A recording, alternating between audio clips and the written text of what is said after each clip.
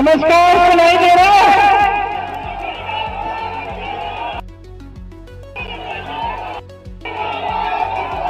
बोलो।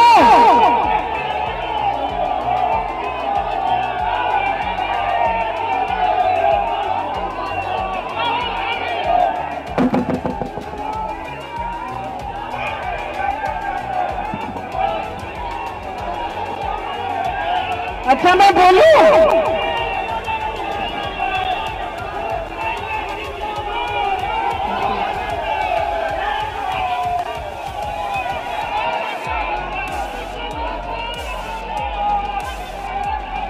जिताओगे भैया को? सुनाई नहीं।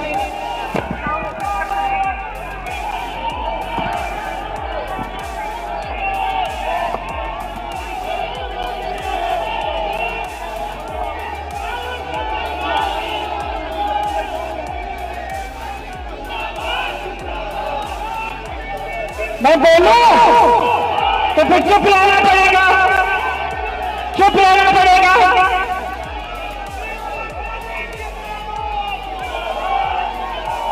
बहनें आई हुई है, कहां से आई है? आसपास से आई है, दूर से? भैया 2 मिनट चुप रहिए, 2 मिनट चुप रहिए भैया, 2 मिनट शांत हो जाइए, 2 मिनट शांत हो जाइए। ठीक है, ठीक है। तो आप सब यहाँ इंतजार करने के लिए आपका बहुत बहुत धन्यवाद। आप जानते हैं कि इस चुनाव में मेरे भाई राहुल गांधी जी आपके उम्मीदवार हैं।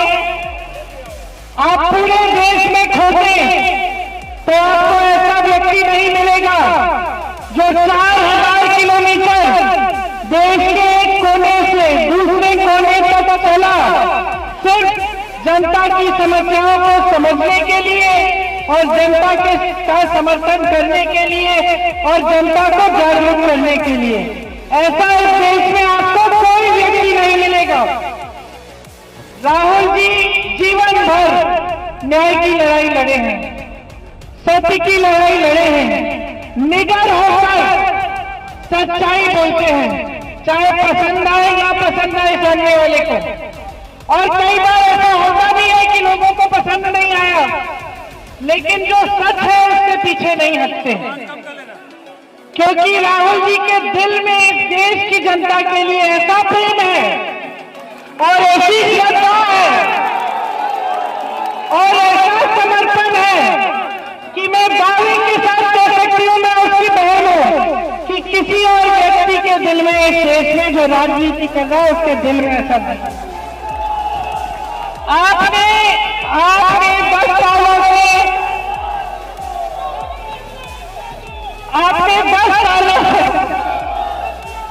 अरे मेरे भाई, लोगों को सुनने दो, शांत हो जाओ, शांत हो जाओ, मुझे खत्म करने दो, उसके बाद जितने नारे लगाए। तो देखिए, आपने 10 सालों से मोदी जी की सरकार को परखा है। प्रदेश में भी भाजपा की सरकार और केंद्र में भी भाजपा की सरकार रही है।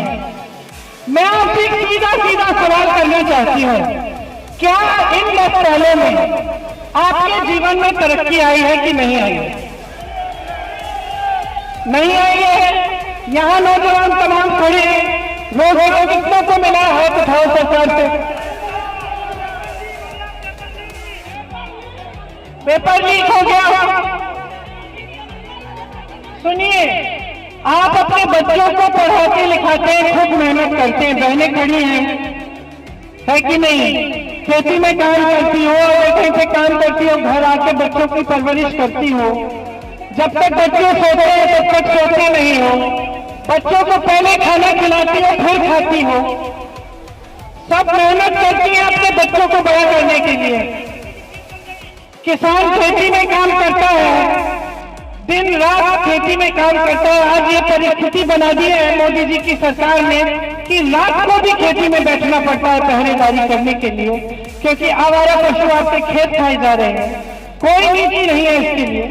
महंगाई से इतनी मार है आप पे, आप कुछ खरीद नहीं पा रहे हैं।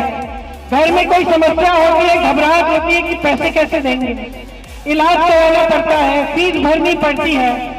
बहनें आप दुकान यहाँ आई हैं कुछ खरीदने के लिए, आधी चीजें छोड़ के घर चली रहती होंगी, इतनी महंगाई हो गई है। मोदी जी ने एक ऐसी स्कीम दी है आपको जिससे आपको सुविधा है, एक ही है, और वो भी कांग्रेस ने शुरू की थी। कांग्रेस ने देश में भोजन का अधिकार दिलवाया। इसका मतलब है कि सबको न्यूनतम राशन मिलना चाहिए। मोदी जी ने आपको 5 किलो राशन पकड़ा दिया, उसी के बल पे बाकी सारी नीतियां उन्होंने बनाई हैं बड़े खरबपतियों के लिए। ये जो 5 किलो का राशन है, इससे पेट तो भर जाता है थोड़ा बहुत, लेकिन आपको रोजगार नहीं मिल सकता इससे, आप आत्मनिर्भर नहीं बन सकते। ये निर्भर बनाने की स्कीम बनाई है इन्होंने। ये छत्तीसगढ़ में 35 किलो कांग्रेस की सरकार दे रही थी, भाजपा की सरकार आई 5 किलो कर दिया उसको। ये स्कीम अच्छी तब होगी जब इसके साथ साथ शिक्षा की स्कीम भी होती, पेपर लीक बंद करवाने की स्कीम भी होती, रोजगार दिलवाने की स्कीम भी होती, जो सब स्नातक पास बच्चे हैं उसके लिए स्कीम पास होती। लेकिन ये सब नहीं है।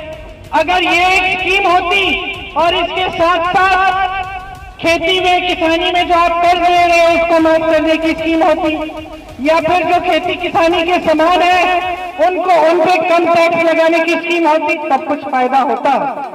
ये लोग समझते हैं कि चुनाव पे चुनाव इसी के बल पे जीतेंगे कि आपको 5 किलो राशन दे रहे हैं। मेरी बहनें समय आ गया है, जागरूक बन जाओ। इनसे पूछो मेरे लिए और मेरे बच्चों के लिए रोजगार क्यों नहीं दिया। इनसे पूछो आज तुमने खेती में इतनी मुसीबत क्यों डाल दी कि खेती से कमाई नहीं हो पा रही है। भैया रास्ता खोलो, एम्बुलेंस जा रही है, रास्ता खोलो, इस तरह जा रही है शायद, रास्ता खोल दो, रास्ता खोलो, आप आगे चलो। एक मिनट रुक जाओ, इनको निकलने दो, आगे चलो, आगे चलो, इनको निकलने दो भैया, रास्ता खोल दो, पीछे से रास्ता बनाओ।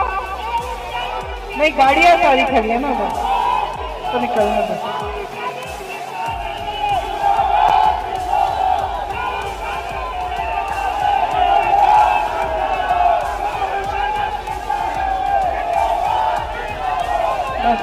बस रुक जाओ।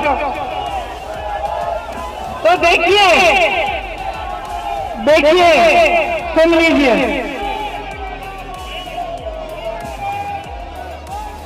चाहे आपकी यूनिवर्सिटी की फीस हो, चाहे पाठशाला में हो, चाहे कुछ भी आपको सुविधा चाहिए, उसमें सब महंगा हो गया है, कुछ सस्ता नहीं मिल रहा है आपको आजकल। लेकिन सरकार की तरफ से कोई मदद नहीं मिल रही है। अब हम कह रहे हैं कि हमारी अगर सरकार आएगी, ध्यान से सुनो, ये आपके लिए बात है। अब सारी बातें तो मैं नहीं कह सकती ना, जो मैं कह रही हूँ सुन लो, तो सुन लो, ये सब आपके लिए बातें हैं, सुन लो। बहनें, आपके लिए जो परिवार में सबसे बड़ी महिला है उसके खाते में अगर हमारी सरकार आएगी 8,500 रुपए हर महीने, मतलब एक साल में 1 लाख रुपए आपके खाते में डाले जाएंगे, ताकि आपकी बचत हो पाए, आप अपने पैरों पे खड़े हो पाए। इसके साथ साथ ये जो नौजवान यहाँ खड़े हैं, सुन लो, स्नातक पास बच्चों के लिए एक अप्रेंटिसशिप की स्कीम आएगी, जिसमें 1 लाख रुपए सालाना आप कमा पाओगे जब तक आपकी कोई नौकरी नहीं लगेगी। 5,000 करोड़ रुपए का फंड बनेगा। आप अपना कारोबार शुरू करना चाहेंगे, कोई छोटा बिजनेस, कोई मैन्युफैक्चरिंग, कुछ यूनिट, उसके लिए आपको उसमें से फंड मिलेगा। इसके अलावा जो 30 लाख पद आज केंद्र सरकार के खाली पड़े हैं, उसको भरने का काम हम जल्द ही जल्द करवाएंगे। बहनें 50% 50% जो सरकारी पद है वो महिलाओं को चाहिए। पहले के जो आरक्षण है उनके तहत, तो जो ओबीसी दलित जन सबके जो आरक्षण है उसके ही तहत, लेकिन उसका आधा महिलाओं को मिलेगा। ठीक है, ठीक है, सुनिए। उसके अलावा आजकल नहीं मिल रहा है, लेकिन हम कह रहे हैं कि हम कह रहे हैं, सुन लो, मिलता नहीं है, इसलिए हम कह रहे हैं कि जब हमारी सरकार बनेगी तो 50% ये हम आरक्षित करेंगे महिलाओं के लिए। पेपर लीक के लिए भी, पेपर लीक के लिए सुन लीजिए, पेपर लीक के लिए यार बोलने दो भाई, नहीं तो आप ही बोलो, आप ही बोलो।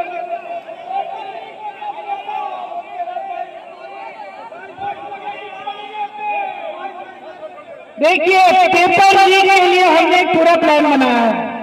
एक जॉब कैलेंडर निकालेंगे। जॉब कैलेंडर में जिस दिन आपकी परीक्षा है, जिस दिन आपका रिजल्ट निकलेगा, जिस दिन आपकी नियुक्तियां निकलेंगी, वो सब पहले से हम तय करेंगे। अगर कोई अधिकारी उसको आगे पीछे करने की कोशिश करे तो उसको बहुत सख्त कार्रवाई होगी। पेपर लीक को रोकने के लिए बहुत सख्त कानून लाएंगे हम, ताकि ये आपकी जिंदगी जिस तरह से बर्बाद हो रही है ना, ऐसे बच्चे जो 2-2 बार 3-3 बार परीक्षा दे रहे हैं, ये सब हम बंद कराएंगे।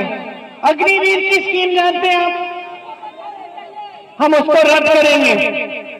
किसानों के लिए जितने भी आपके किस खेती के लिए आप सामान इस्तेमाल कर रहे हो उस पे आजकल जीएसटी है, जीएसटी से मुक्त होंगे वो सारे सामान। उसके अलावा जो कर्ज है आपके, जो किसानों के कर्ज हैं, जो मोदी जी की सरकार में 1 भी रुपया माफ नहीं हुआ है, लेकिन बड़े बड़े खरबपतियों के 16 लाख करोड़ रुपए इन्होंने माफ किए हैं। आज ये कह रहे हैं, भाषण में इन्होंने आज कहा है कि राहुल जी अडानी अंबानी का नाम नहीं ले रहे हैं। अरे वाह, रोज तो लेते हैं, रोज हम इनकी सच्चाई आपके सामने इनका खुलासा करते हैं। रोज हम आपको कहते हैं कि बड़े खरबपतियों की इनके साथ गांठ है। सारे कर्ज इन्होंने इनके माफ किए 16 लाख करोड़ रुपए। यहाँ उत्तर प्रदेश में जहाँ इनकी सरकार है, केंद्र में भी और प्रदेश में भी, यहाँ के किसान 1-1 लाख रुपए के लिए आत्महत्या कर रहे हैं। उनके लिए एक कर्ज माफ नहीं हुआ 1 रुपए का। इसका जवाब दें मोदी जी, इसका जवाब दें कि क्या काम किया है। 10 सालों के लिए इन्होंने सिर्फ आपको बहकाया है बस। इस देश की जितनी भी संपत्ति है सारी अपने खरबपति मित्रों को दे दी है। देश के बंदरगाह, देश के हवाई अड्डे, देश का कोयला, देश की जो बिजली बनाने वाले जो पावर के हैं, बड़ी बड़ी संस्थाएं होती थी, यहाँ इतने खोले थे हम लोगों ने, BHEL, रायबरेली, अमेठी में, इनके सारे सब्सिडरी अपने खरबपति मित्रों को बेच दिए हैं ताकि आस्ते आस्ते इनका निजीकरण हो जाए। निजीकरण का मतलब क्या है? आरक्षण नहीं मिलेगा। समझ लो क्या हो रहा है इस देश में। इस देश में जब देश की जनता को कमजोर करने की नीति बन रही है, खरबपतियों को मजबूत बनाने की, आपके अधिकारों को कमजोर बनाने की, संविधान को कमजोर करने का। संविधान क्या करता है? आपको हक देता है। बहनें यहाँ खड़ी हो, वोट दोगी, ये अधिकार आपको संविधान ने दिया है। इस संविधान के लिए आपके पूर्वज लड़े हैं। यहाँ रायबरेली में सबसे पहला किसान आंदोलन 103 साल पहले हुआ था। पहली बार जब मेरे परिवार के सदस्य यहाँ आए, आपकी जागरूक जनता खींच के लाई। ये नहीं है कि आप लोग हमारे पास आए, हम आपके पास आए। पंडित जवाहरलाल नेहरू 103 साल पहले जब यहाँ के किसानों ने ब्रिटिश साम्राज्य के खिलाफ आंदोलन किया, तब यहाँ आए। इसका मतलब क्या है कि आपका एक राजनीतिक इतिहास है, जागरूकता का इतिहास है। ये भाजपा के लोग कहते हैं परिवारवाद का इतिहास है। इनको कुछ समझ में नहीं आता। आपका इतिहास जो है वो जागरूकता का इतिहास है, लोकतंत्र को मजबूत बनाने का इतिहास है। जब आपको कुछ अच्छा नहीं लगा तब भी आपने निर्णय लिया है। चाहे मेरे परिवार का कोई खड़ा हुआ इंदिरा जी के समय में, आपको कुछ अच्छा नहीं लगा, आपने उनके खिलाफ भी निर्णय लिया। ये आपकी जागरूकता है कि आपने बड़े से बड़े नेताओं को बताया कि हमें ये पसंद नहीं आया, इस चीज को आप बदल दीजिए। और वो बड़े से बड़े नेता, उनके दिल में आपके लिए इतनी श्रद्धा थी कि गुस्साए नहीं आपके ऊपर, डांटा नहीं, नाराज नहीं हुए आपसे। उन्होंने कहा जनता जागरूक है, सही कह रही है, मुझे सुनना चाहिए। बदलाव लाई, बदलाव लाके वापस आई, आपने फिर से जिताया। ये आपकी जागरूकता है, ये आपकी खासियत है। अगर मेरे परिवार के सदस्यों ने 4 पुश्तों के लिए आपके लिए काम किया, आपकी सेवा की, आपके प्रति समर्पित रहे, तो आप भी अपनी जिम्मेदारी पुश्तों से निभा रहे हैं इस देश के लिए। हम इस बात को गहराई से समझते हैं। जिस चीज को ये लोग परिवारवाद कहते हैं, ये परिवारवाद नहीं है, ये सेवा की भावना है, ये श्रद्धा की भावना है। हम समझते हैं, नेहरू जी समझते थे, इंदिरा जी समझती थी, राजीव जी, सोनिया जी, फिरोज जी सब समझते थे कि देने वाली जनता है, सत्ता आपने दी है। अगर मैं आज यहाँ खड़े होकर आपको भाषण दे सकती हूँ तो ये आपकी देन है।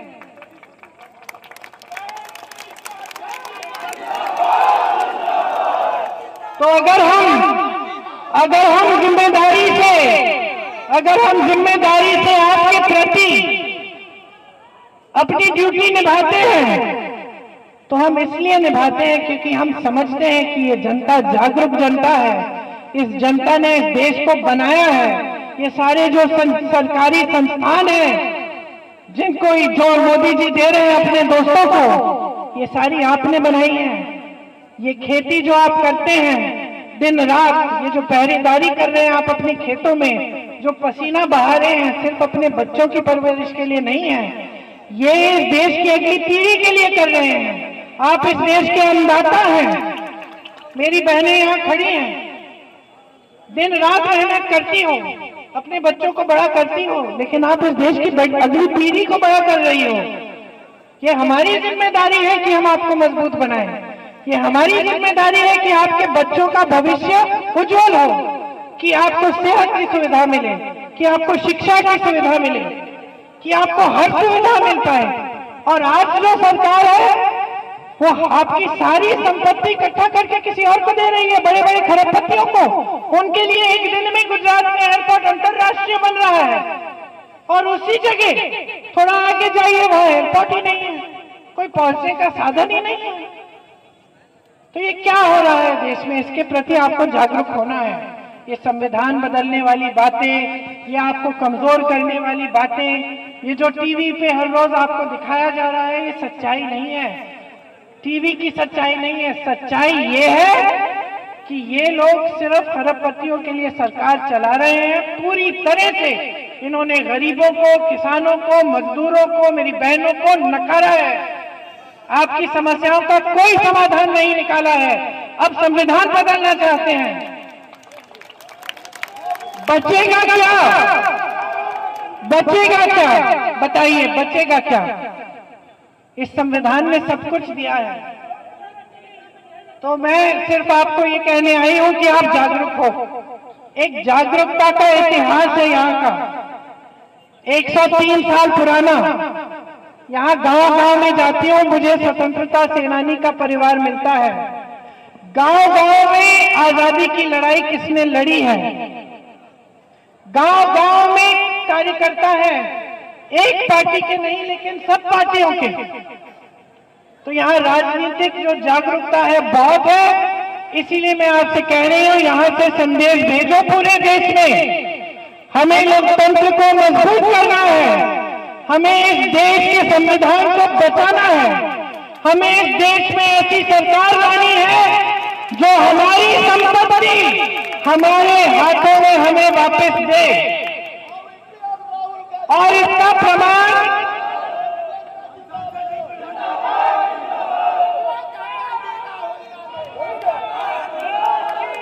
राहुल जी को अपना सांसद बनाओगे, भारी बहुमत से जिताओगे।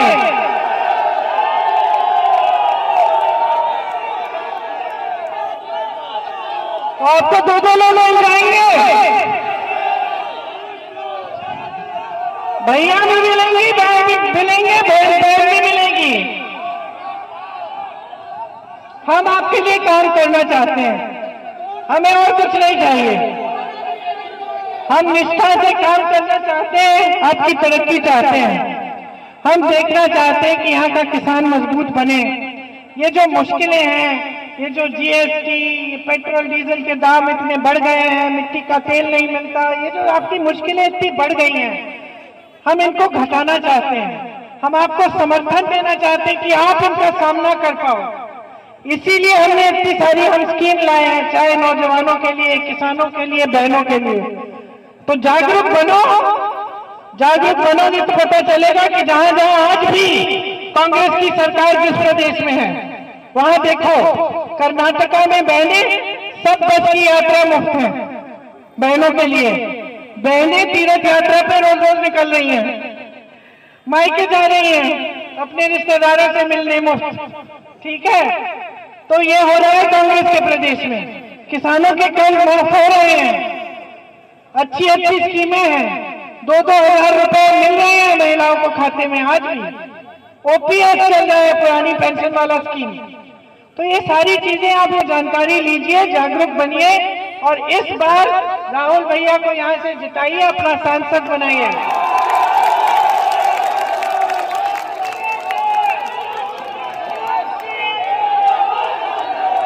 एक बार मेरे साथ बोलिए, राहुल गांधी, राहुल गांधी, राहुल गांधी।